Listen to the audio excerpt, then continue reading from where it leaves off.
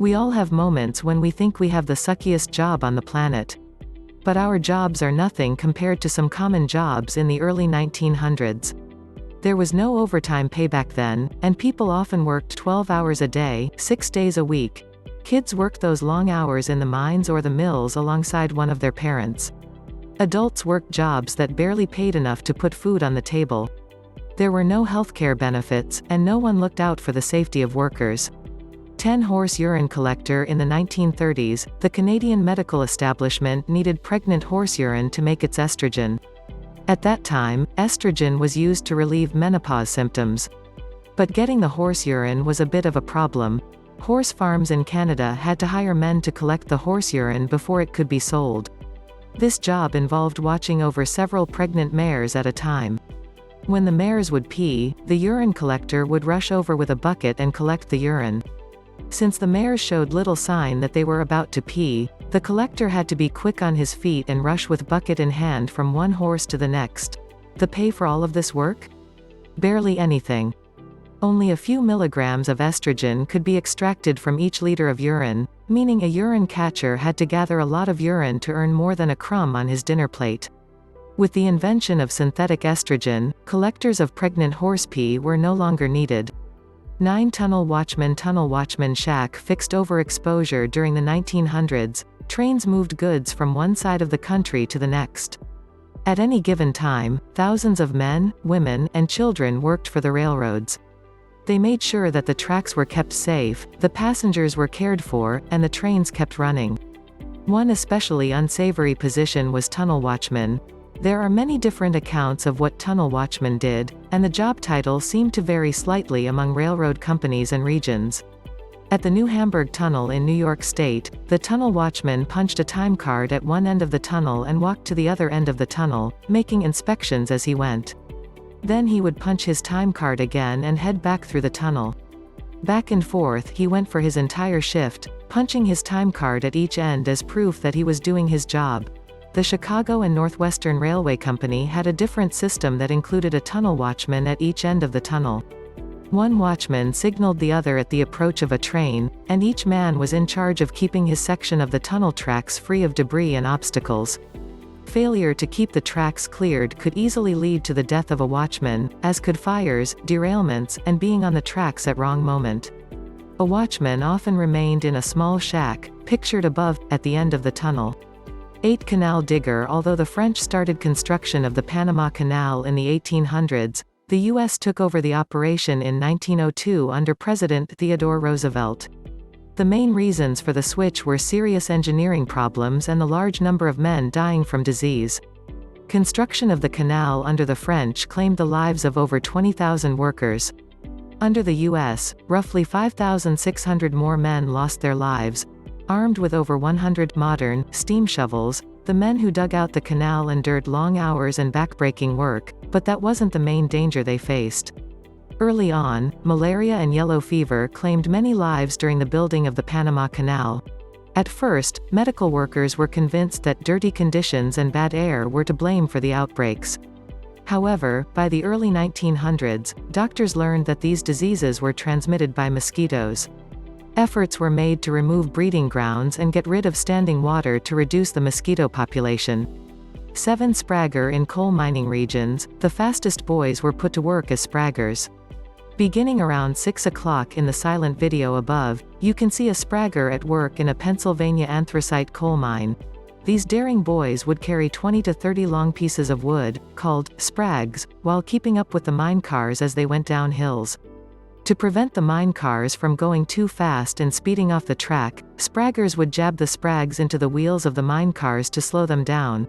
This was a dangerous job, and accidents were frequent. Fingers were easily pinched and sometimes lost in the process of slowing down the mine cars. The cars could also fly wildly off the tracks and crash into the boys, walls, or anything else in their way. Many boys were crushed and killed by mine cars or electrocuted after coming in contact with an electric trolley wire. 6 Gandhi dancer. The Gandhi dancers did backbreaking work. These men were the poorest of the poor, immigrants from Ireland, Italy, China, and Mexico, as well as African Americans from the South. Hired by the railroad companies, they used sturdy metal poles to lift the railroad tracks and push gravel underneath. They worked in groups of 4 or more men, with each group caring for roughly 24 kilometers, 15 miles, of railroad track. Their work looked like dancing.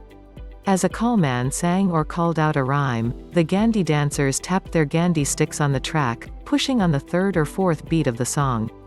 No one is sure where the term Gandhi dancer originated.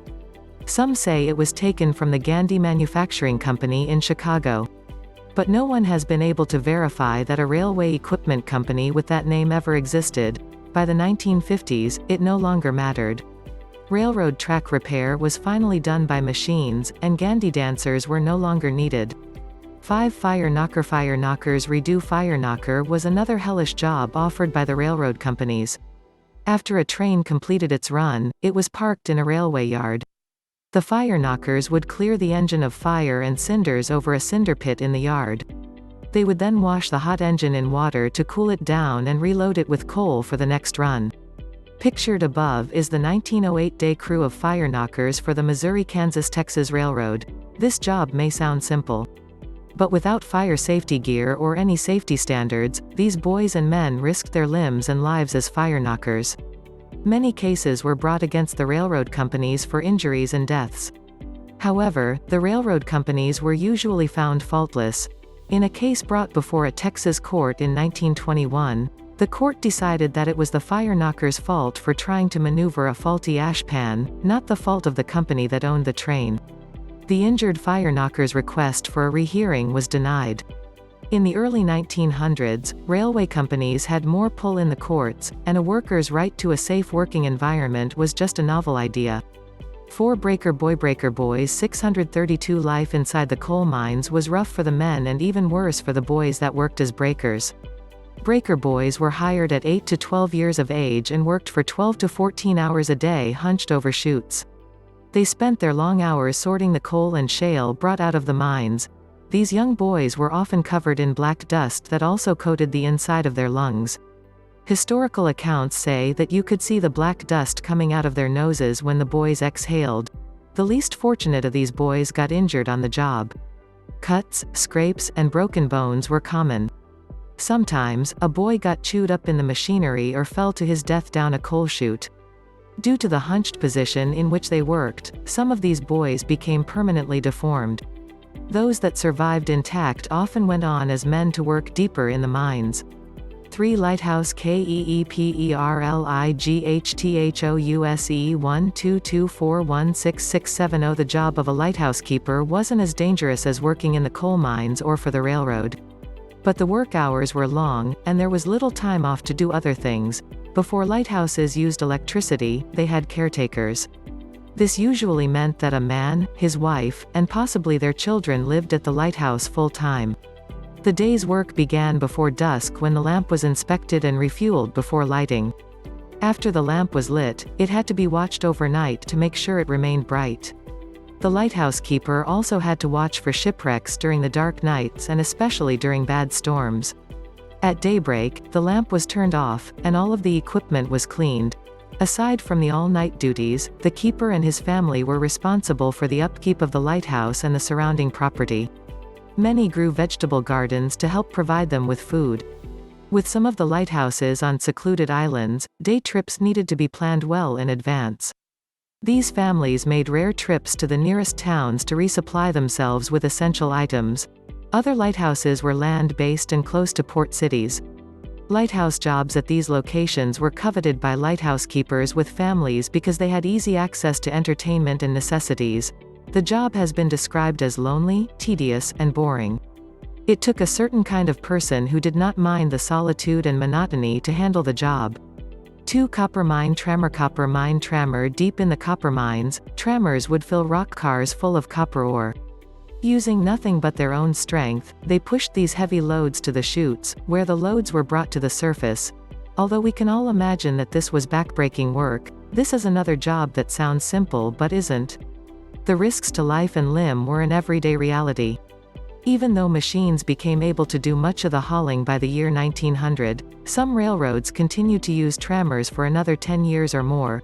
According to a survey by the Workmen's Compensation Committee, roughly 1,463 trammers were injured in the copper mines in 1910. 11 of those injuries were fatal. However, there were no reported deaths that year for bell ringers, blacksmiths, chute men, or many other positions at the copper mines. The only employees who had a higher death toll that year were the miners themselves. They had 43 fatal accidents but only 1,411 reported injuries. One bindery girl shop in the early 1900s, women didn't have it much easier than men in the workforce. The mills were horrific places to work because of fire hazards and dangerous equipment, but so was work in the binderies. Bindery girls were hired by book presses to sew book pages together. At first, this was all done by hand. However, as equipment was introduced into the process, more injuries started happening. In a case reported in the Los Angeles Herald in 1908, a young woman named Frida Stahl became tired while working and accidentally got her fingers caught in the rollers of a folding machine, which began drawing her hand inside. If it weren't for her coworkers, the machine could have crushed her entire hand. She was fortunate that only 2 of her fingers were completely crushed. Her index finger was partially crushed. The pay for this job? About $15 a week for 48 hours worth of work. Elizabeth spends most of her time surrounded by dusty, smelly, old books in a room she refers to as her personal nirvana. She's been writing about strange stuff since 1997 and about bread baking since 2008. She currently maintains a blog about writing Kindle books.